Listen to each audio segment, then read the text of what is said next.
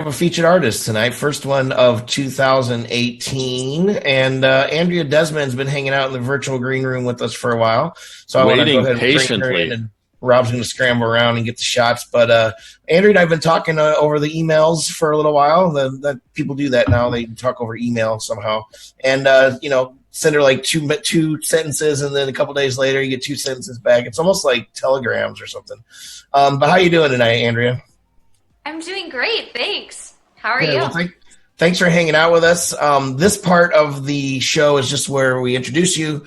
I let you kind of just give a little spiel about yourself and talk about your song Inner Fire, just to introduce us to it, and then we're going to go ahead and watch the video, the lyric video. Then we're going to come back and get deeper with Dave. Oh, yeah. So why don't you just give us, like, you walk down the street and somebody says, oh, you do music? What is your music like? Tell us a little bit about that, and then intro your song Inner Fire. We'll watch the video and we'll come back.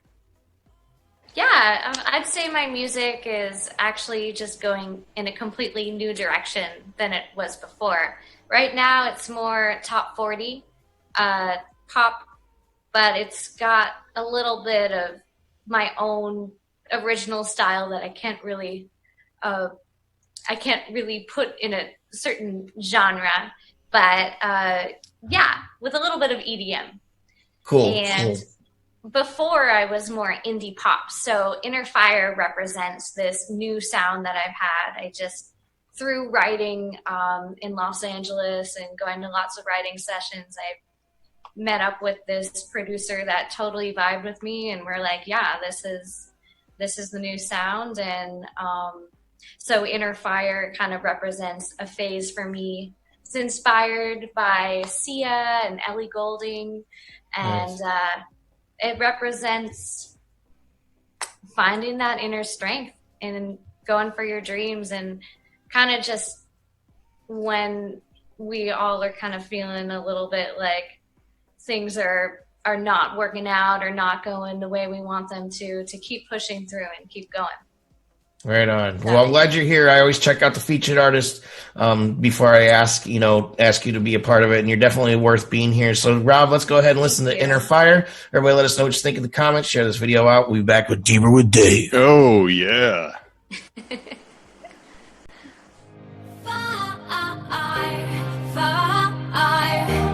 That inner fire.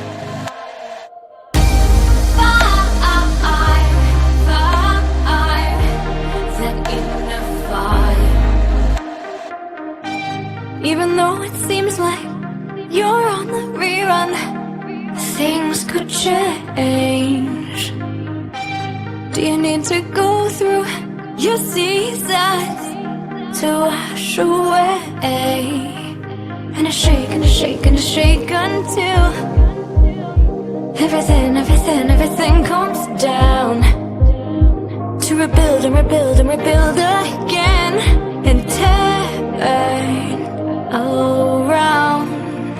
That inner fire, the fire burns to break through.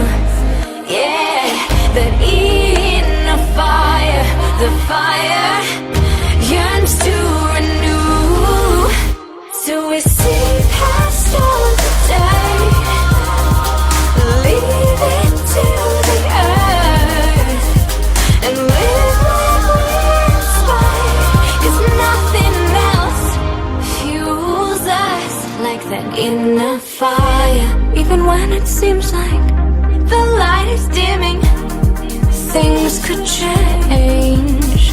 So we beat and we beat and we beat our drums, every inch to the core, to evolve and evolve and evolve again. A fire is born. That inner fire, the fire burns to break through. Yeah. Deeper. Although she is a big star. Oh, yeah. Deeper. I don't want to repeat myself. Oh, yeah. Sponsored.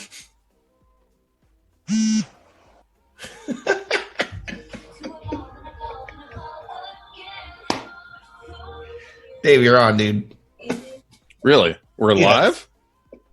Oh, oh man, that's the 104 episode. We have 103 mistakes with Deeper with Dave. Only one show we did it perfectly. Andrea, how you doing tonight? I'm doing well, thank you. I'm excited. It's a pleasure. Well, yeah, it's a pleasure to be sitting here with you. I'm honored. I'm honored to be here with you. Thank you.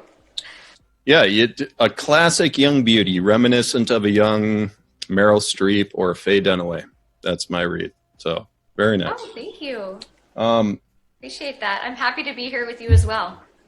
Well, yeah, thank you very much. I feel great tonight. All right, so let's start. I mean, I was reading your bio earlier, and I'm curious about one thing. So you have kind of a famous cousin who's a composer, Alan Menken, composed Beauty and the Beast and Aladdin soundtrack. Is that correct? Yes. All right, so you talk about your relationship with him. How much has he kind of interacted with you and maybe given you some pointers and helped develop all that stuff? He actually had given me, I was so grateful that he had given me songwriting classes, and he personally had mentored me in songwriting. So that happened when I was in college. I think I was about 21, and I was majoring in music with an emphasis in composition.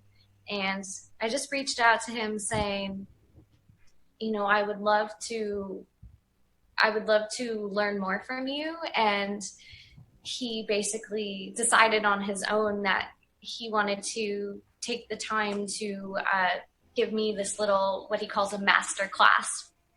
So for a whole summer, he gave me songwriting assignments, and it was along the lines of commercial writing. And it was tough. He was one of my toughest critics. He was very hard on me, but he was one of the most amazing teachers I've had. He knows what he's doing. And he really taught me about writing melodies and the shape of a melody and how you want it to build throughout a song and conclude in the chorus, and also helped me with the chords underneath and lyrical content as well. So it was just such a blast to be able to do that with him for summer. And then by the end of that time, he said, you just got to keep writing every day. You got to keep going, write a song a day. And he said, you have more to do, more to go, but the good news is, well, he told me to find my voice. That was it. He said, I want you to find your voice. And he said, the good news is that I know you have it. So that kind of just launched me into pursuing my own music as an original artist. And I was in so many bands. And throughout the years, I'll just write to him and send him a song or something.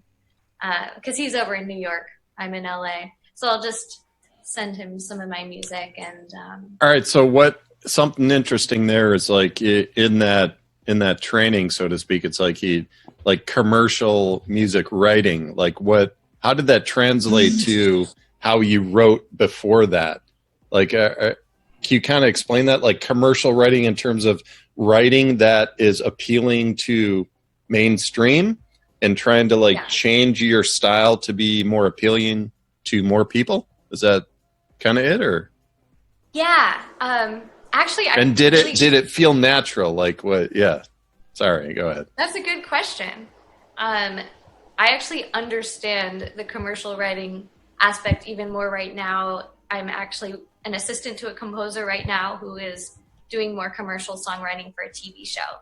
So to answer your question, he was showing me commercial writing more like what he does, which is he'll have assignments for a movie, like Disney movies, and then he'll have to write in a completely new style. Beauty and the Beast was French. And so a lot of it is cultural. Hunchback of Notre Dame had the church aspect to it and the historic singing. So he really wanted me to take it more as if I were going to be a professional songwriter. So he would give me assignments like oh, can you write this Italian song? And I would write it the first time, and I would put a little bit more of I've only known myself as an artist, so I would put more of like a personal take on it. And he would tell me to write it again and kind of take myself out of my head and think of it as that character, as that person. So it was more commercial. All right, I'm going to go one notch deeper here, just for the artists that watch the show and listen, who are, just whatever, like they have, I guess, no boundaries when they write. Like they don't think about any type of goal or any, like, who the listener is. Yeah. And it's kind of been an ongoing debate in our critiques, is like, do you write for art or do you write for mainstream to kind of like help you go to the next level? Because if you do try and write in a style that will be received by the most amount of people, it's actually a stepping stone in your career. But the debate is like, is it kind of selling out and removing art? And that's the like open question. So what are your thoughts on that? Well, yeah, I totally know what you mean. That when I had that master session, that was a class. And then after that was when I really became Andrea Desmond, an artist, and formed my own bands. And the way that I wrote for that was really actually different. But having that training was always in my mind as I wrote melodies. But when I moved up to Seattle and had my indie pop band, it was so free flowing. I mean, the words would just come out, and I really wasn't thinking about if anyone would even understand them, but they were just coming from my heart.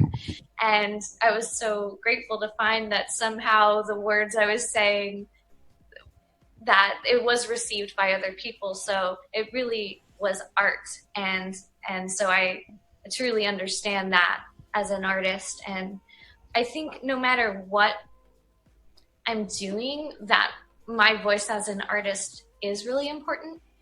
And so, well, it's interesting because I'm now doing a little bit more pop and top 40. I love that sound. I mean, music today is just such a fusion of everything. So pop top 40 it's a lot of fun for me to write. And I do think a little bit more now about how can someone really understand this, and writing with a little more intention.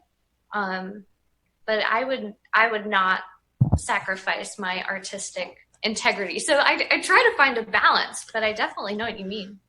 Yeah, I think that training was great, just because when you get enough from a master, it eventually becomes part of your subconscious, where it's just, when you're writing it, it just kind of bleeds into your style. But anyway, Inner Fire, man, I really think listening to this stuff, like, you're on the precipice of greatness, with this sound.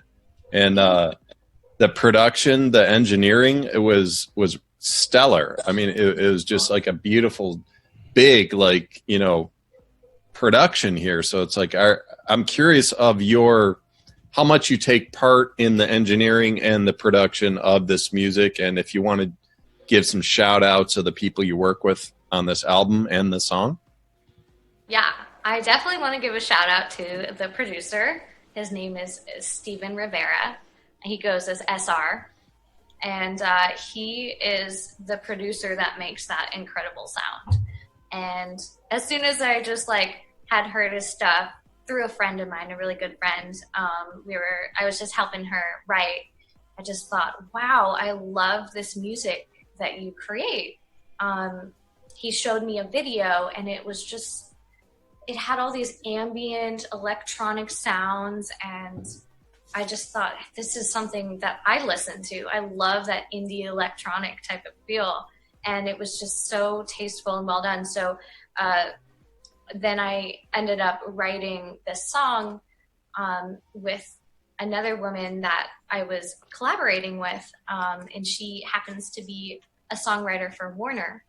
And so we kind of came up with this song. She helped me with the bridge, and I wrote the rest of the song, the verse and the chorus. And we did like this piano demo, and then I gave the piano demo to SR, and he was like, that's dope. And then just like, he just made it come to life.